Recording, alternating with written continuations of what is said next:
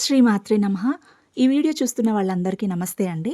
అయితే తొలేకాదశి రోజు పూజ చేస్తే ఎన్నో పూజల పుణ్యాన్ని పొందొచ్చు అని మన గురువులు చెప్తారు.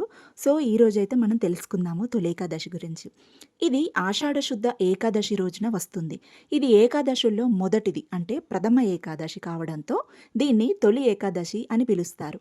దీనికి మరో పేరు శయన ఏకాదశి లేదా దేవశయన ఏకాదశి అని అంటారు. ఈరోజు విష్ణుమూర్తి యోగ నిద్రలోకి వెళ్ళే దినం. ఈ రోజు నుంచే చాతుర్మాస్యం ప్రారంభమవుతుంది. అయితే తొలేకాదశి విశిష్టత ఏందో మనం తెలుసుకుందాం. విష్ణువు నిద్రలోకి వెళ్ళిన రోజు ఇదే అని చెప్తారు. ఈరోజు శ్రీ మహావిష్ణువు క్షీరసాగరంలో ఆదిశేషునిపై శయన స్థితిలోకి, అంటే యోగ నిద్రలోకి వెళ్తారు. ఆయన కార్తీక మాసం శుద్ధ ఏకాదశి, అంటే ఉత్తన ఏకాదశి నాడు మళ్ళీ నిద్రలేస్తారు. ఈ 4 నెలలు చాతుర్మాస్యం అంటారు. ఈ కాలం శుభకార్యాలకు అనుకూలం కాదు. దేవతలు నిద్రలో ఉండటం వల్ల వివాహాలు, గృహప్రవేశాలు, నామకరణాలు లాంటి ముహూర్త కార్యక్రమాలు చేయరాదు.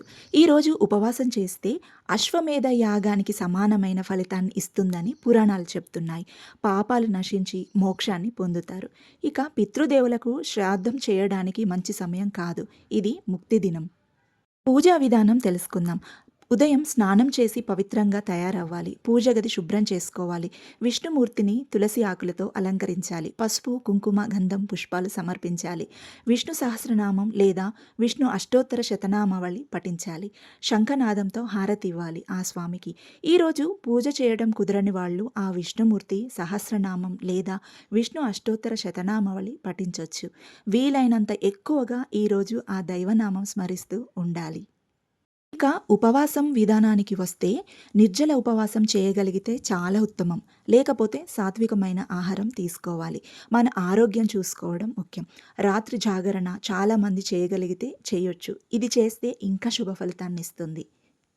స్వామివారికి సాయంత్రం పూజలో తిరిగి హారతి ఇవ్వాలి. పూజ తర్వాత తులసితో సహితంగా నీళ్లు సమర్పించాలి. తరువాత శయన ఏకాదశి వ్రత కథ వినాలి. ఇక ఉపవాసం ఎప్పుడు వదలాలి?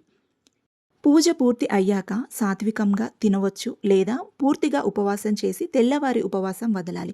ఉపవాసం వదిలే సమయం సూర్యోదయం అయ్యాక పూజ చేసుకొని స్వామికి నైవేద్యం పెట్టి 8:30 కల్లా ఉపవాసం వదలాలి.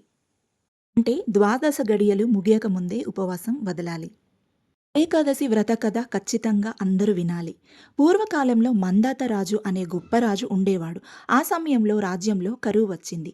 ధార్మికుడైన రాజు కరువుకి కారణం తెలుసుకోవడానికి వనానికి వెళ్ళి మహర్షి అంగీరసుని దగ్గరకు వెళ్ళాడు. మహర్షి చెప్పిన దాని ప్రకారం కరువుకు కారణం ప్రజలు పాపాత్ములై ఉండటం అని చెప్పాడు. మరి దీనికి పరిష్కారమే లేదా స్వామి అని రాజు అడగగా, మహర్షి చెప్పిన మాటలు వినండి. దానికి పరిష్కారంగా నీవు ఏకాదశి వ్రతాన్ని ఆచరించాలి. ప్రజలందరికీ కూడా ఉపవాసాన్ని ఉండమని చెప్పు. దేవుడు ప్రసన్నుడవుతాడు అని మహర్షి చెప్పారు. మహర్షి మాటలు విన్న రాజు ప్రజలతో కలిసి ఉపవాసం చేశాడు. వెంటనే వర్షాలు కురిశాయి. దేశంలో పుష్కలంగా ధాన్యం వచ్చింది. ఇలా ఏకాదశికి గొప్ప స్థానం దక్కింది. ఇక పూజ ఫలితాలు ఎలా ఉంటాయో తెలుసుకుందాం. ఈ వ్రతాన్ని ఆచరించిన వారికి గత పాపాలు తొలగిపోతాయి. విష్ణుమూర్తి సాయుధ రూపంలో క్షమతో దర్శనమిస్తాడు. పితృరుణం తొలగిపోతుంది. ఆరోగ్యంతో పాటు ఆధ్యాత్మిక శక్తి పెరుగుతుంది. అందరికీ తొలి ఏకాదశి శుభాకాంక్షలు.